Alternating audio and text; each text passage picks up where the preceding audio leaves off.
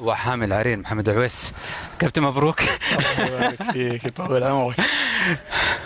ما انت قادر تعبر. اي والله صراحه افضل لاعب في المباراه ايضا. يا رب لك الحمد. اليوم كلنا كنا الحمد لله كنا مركزين ولعبنا 100% ولعبنا مباراه مميزه يا رب لك الحمد.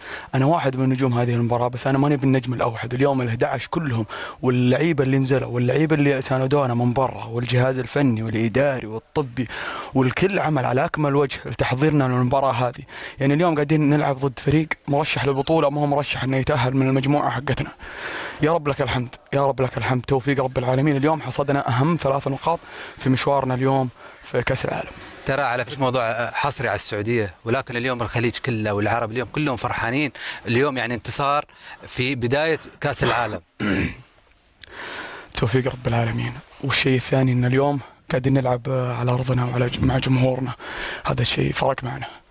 أنا أتوقع وأتمنى وأدعي أن الفرق العربية تستغل عامل الجمهور وعامل الملعب والأجواء، لأن اليوم قاعدين نلعب على أرضنا. اليوم حنا كعرب قاعدين نلعب على أرضنا وبين جماهيرنا.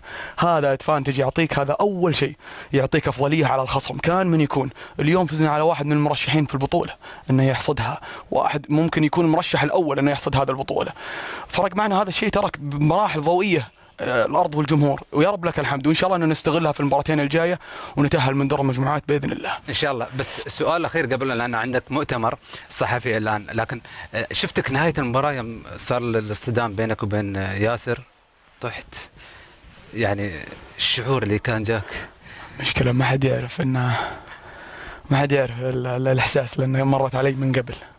وما أتمنى أنها تنعاد مرة ثانية إن شاء الله. وأتمنى لها طمنا شلونه؟ لا الحمد لله إن شاء الله أنها طيبة وأمورها طيبة، وطمني الدكتور عنها. الحمد لله أمورها زينة الحمد لله. جيت الغرفة؟ إيه شفته؟ الحمد لله. أيوه سلمت عليه، باركت له، وإحنا نرجع نقول لك مبروك يا كابتن محمد.